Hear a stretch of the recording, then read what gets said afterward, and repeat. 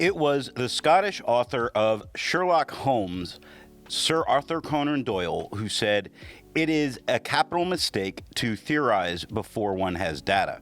In this lesson, we're going to explain how to interpret two-way tables. We will compute conditional probabilities based on two-way tables. We will determine if two events are independent. We will interpret Venn diagrams, and we will create Venn diagrams. All to answer the question, how does probability affect your auto insurance? Before we get into it, let's make sure we're ready for this lesson by taking a look at warm-up number 2. Given the following set of car wash prices in dollars, find the difference between the range and the inner quartile range.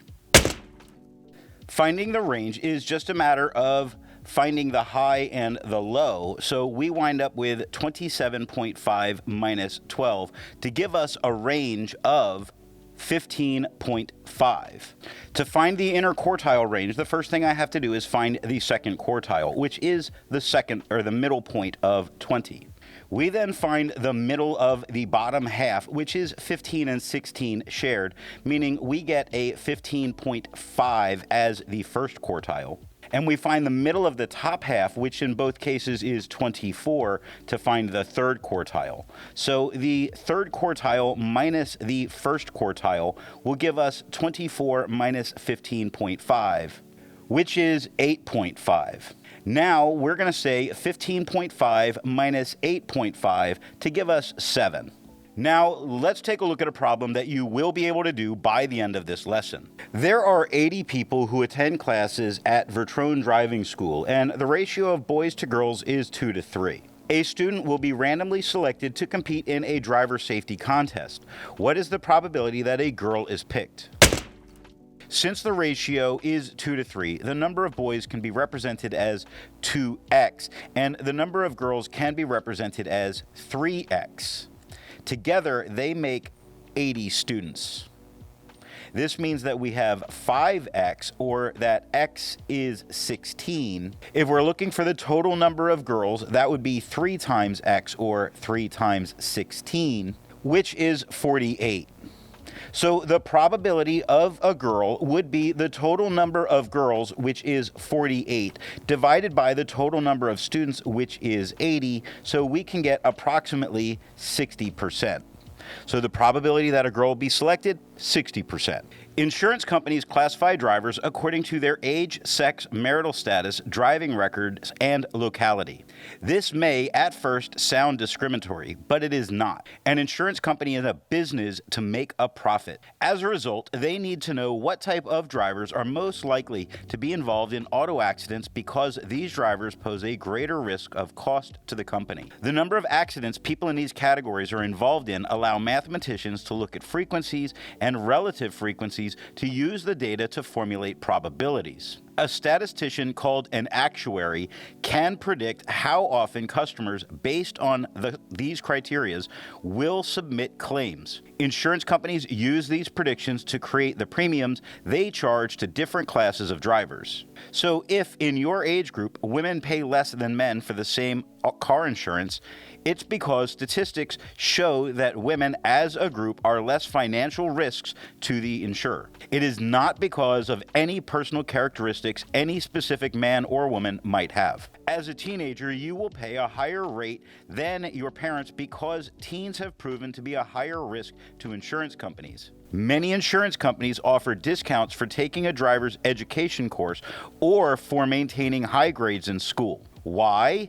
Teens who've taken driver's education or who have higher grades have proven to be less of a risk to an insurance company. It's all about probability. Probability is the relative possibility that an event will occur. In this lesson, we're going to be introduced to some basic concepts of probability. You encounter probability when you play games. You may have rolled number cubes or picked cards from a deck and tried to estimate your chance of a favorable outcome. You can encounter probability when you play computer games, but it's often harder to see. A pail contains 7 red, 6 green, 3 orange, and 4 black marbles. 1 marble is to be drawn at random.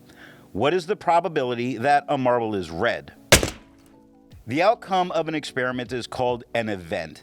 In this case, the outcome is red.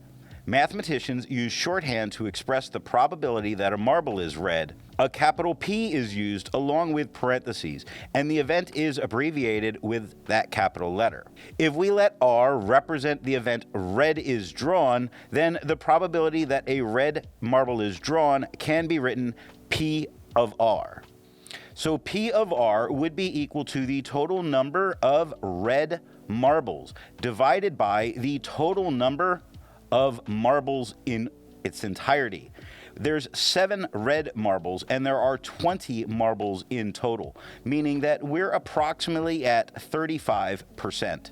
So there's a 35% chance that we will pick red marbles in this experiment. Let's check our understanding of this. A driver's education class in Monroe High School has 23 girls and 20 boys in it. If one person is selected at random to represent the school in a driver safety exposition, what is the probability that the person selected will be a girl? So we can say P of G is our experiment, and the total number of girls is 23, and the total number of students is 43. This would give us approximately 53%. Let's extend our understanding of this a little bit. Logan picks a black marble from the pail in example 1 and doesn't replace it into the pail. Brett will then randomly select a marble. What is the probability that Brett picks a green marble? So we're looking at the probability of green. Now, it's important to remember the numbers that did exist. There were 7 green marbles, and while there were 20 marbles in total, there are now only 19. So this is approximately 37%. Now, let's explain how to interpret a two-way table. A factory is planning to rearrange its parking spaces in the parking lot to better serve the employees. The employees work 3 different shifts and drive 5 different types of vehicles as shown in the two-way table. An employee is selected at random. What is the probability that an employee drives an SUV? We're looking at the probability of SUV. So what we want to know is the number of SUVs divided by the total number of vehicles.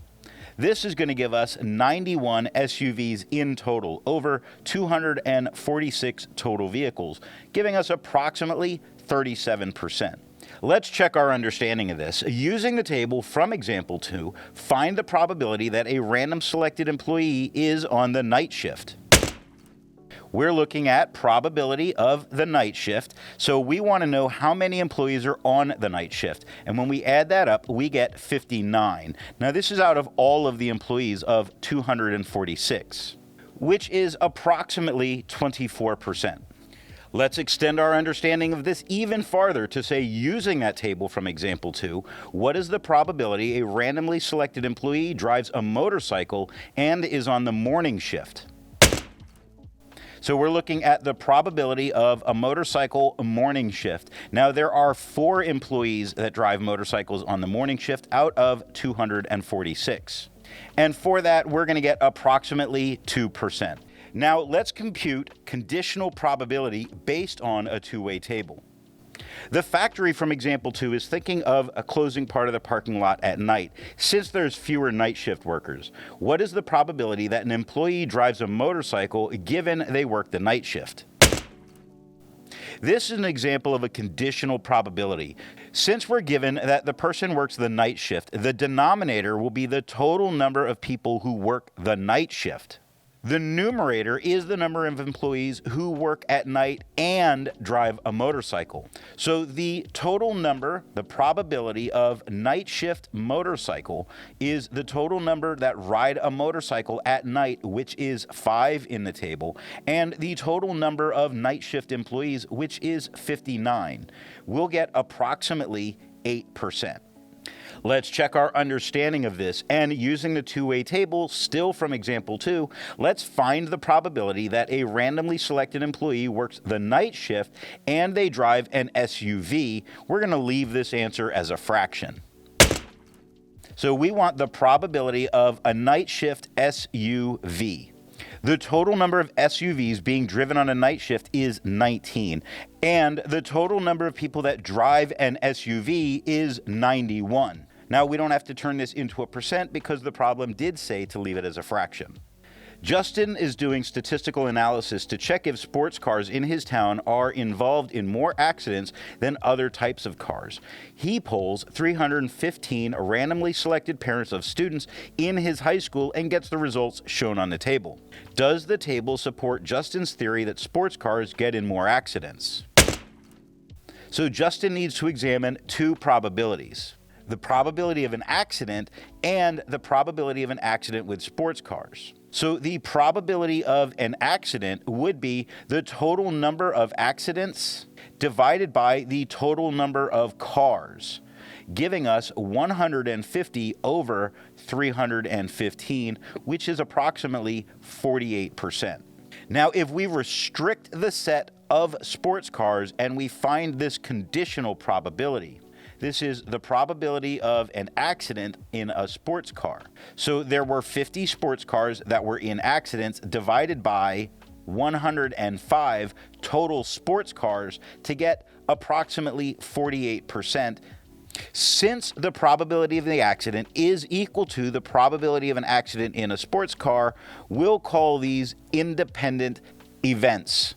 The events are independent if the probability of one occurring is unaffected by the occurrence of the other event. So if the probability of the first event is equal to the probability of the conditional B event, we say that A and B are independent. And if the probability of A is not equal to the probability of A and B, then we say that A and B are associated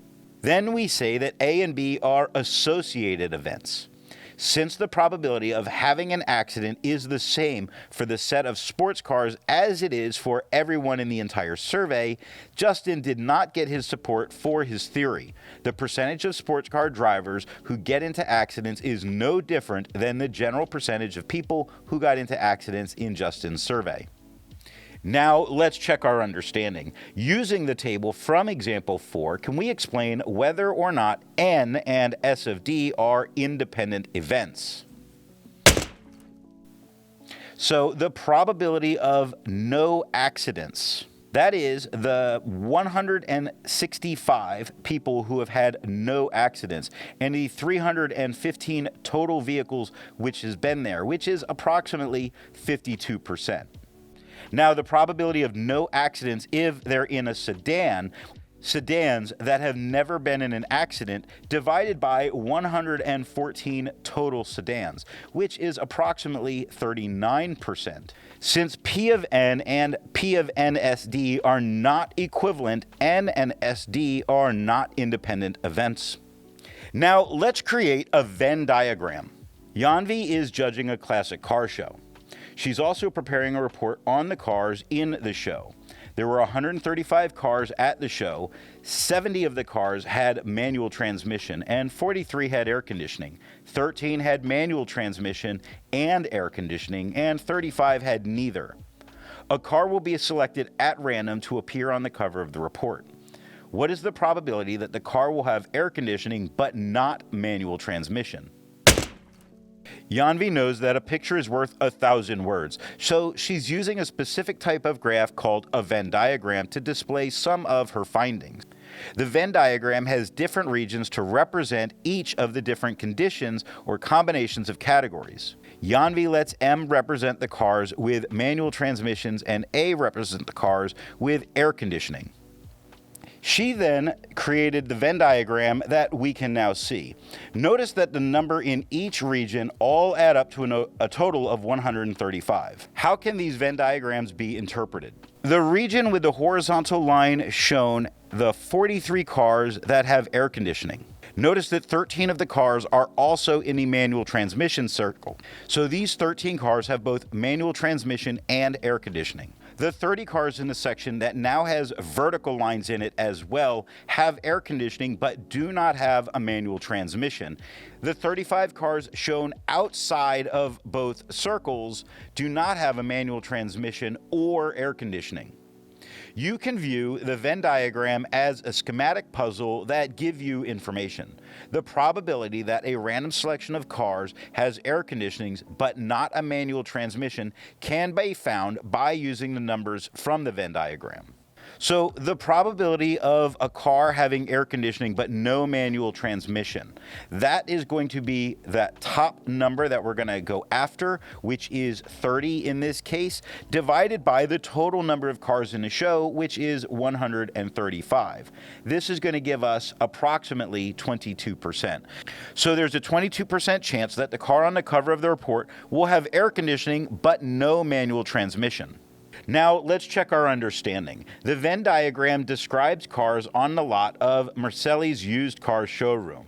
The letter B is used if the car is exterior black, and T is used if the interior is tan. What is the probability that a randomly selected car from Mercelli's lot is not black? We can see that the cars that are not black are the 39 and the 112, meaning that we have 151 not black cars. Now, the total number of cars on the lot would mean having to add up all four of these numbers to get 176. This would give us approximately 86%. Let's extend this understanding, and using the Venn diagram from that very last check our understanding, how many cars have a black exterior or have a tan interior?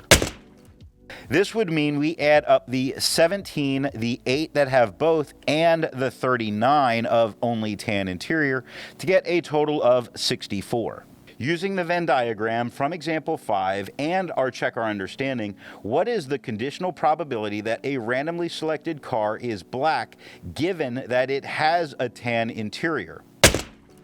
So we would have to look at the two distinct regions in the circle represented by the tan interior. Out of the 47 cars with a tan interior, 8 are black. And we use the numbers to form the fraction and represent the probability. So the probability that the car is black and has a tan interior would be the number of the cars that are black with tan interior on top, which is 8, and the total number of cars with tan interiors, 47 on bottom. This is because we're starting with wanting to know about having tan interior and then are black. We wind up with approximately 17%. Let's check our understanding of this. And using the Venn diagram from example 5, what is the probability that a randomly selected car has air conditioning given it has a manual transmission? Well, there were 13 cars that were in the overlap of the two circles. That meant it was manual and had air conditioning. Now, the total number of manual cars was the 57 and the 13, which gave us a total of 70 cars that were manual. So out of 70 manual cars, 13 of them had air conditioning, or approximately 19%. The amount of money the Derham Insurance Company has paid out in comprehensive claims is normally distributed with a mean of 887 and a standard deviation of 301. Derham is doing a survey of their customers. If a person who has made a comprehensive claim with Derham is randomly selected, what is the probability that their claim was less than $1,200? Back in the lesson on travel expenses, we learned about relative frequency. Relative frequency can also be interpreted as probabilities. If 22% of the students in the school are freshmen, then the probability of randomly selecting a freshman from the school is also 22%. If 79% of the students at Bayside High School have a collision insurance on their cars, then the probability that a randomly selected student has collision insurance is 79%. In the lesson on vacation expenses, we learned how to use normal curves and normal curve tables to find relative frequencies for a normal distribution variable. Recall that the total area under the normal curve is 1, and that the area under the normal curve represents the relative frequency. Take a look back at that lesson to refresh your memory on how to use the table and find areas under a normal curve. Sketch a normal curve and label the mean 887. And the region less than 1200 that we're interested in. So we can fill in those values on the z-score that we did earlier to get 1200 minus 887 divided by 301, which is approximately 1.04. Look at the table that we used back in those lessons for the area below 104 under the normal curve. The area is 0.8508. Therefore, the probability of a random selecting a person who's made a comprehensive claim less than $1,200 is approximately 85%. Let's check our understanding of this and find the probability that a randomly selected person made a comprehensive claim between $1,200 and $1,400, round to the nearest percent. Now, we already know the numbers from the problem on if it was a 1,200. So what we're going to do is we're going to find out what happens if it is 1,400. We're going to get approximately 1.714. This is 0.95637, or approximately 96%. So 96% minus 85% will give us 11%. There are 80 people who attend classes at Vetrone driving school, and the ratio of boys to girls is 2 to 3. A student will be randomly selected to compete in a driver safety contest. What is the probability that a girl is picked? Since the ratio is 2 to 3, the number of boys can be represented as 2x, and the number of girls can be represented as 3x. Together, they make 80 students. This means that we have 5x, or that x is 16. If we're looking for the total number of girls, that would be 3 times x, or 3 times 16, which is 48.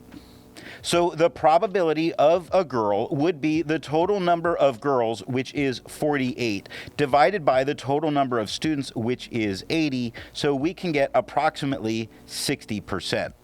So the probability that a girl will be selected, 60%. Now let's check our understanding of this. The ratio of seniors who are licensed drivers to seniors who are not licensed at Glen Cove High School is 7 to 3. If there are 190 seniors, find the probability that a randomly selected senior will be a licensed driver. So we wind up with 7x plus 3x gives us a total 190, meaning that 10x is equal to 190, or x is 19. 7x representing the total number of licensed seniors means 7 times 19. This gives us a total 133 of them. Out of that 133, we have a total of 190. This is going to give us a 7 over 10. Now, you could have even done this in a shorter way, where you could have said those students who are licensed drivers is represented by a 7 over the total number of 10, and we'd have got the same thing. This is approximately 70%.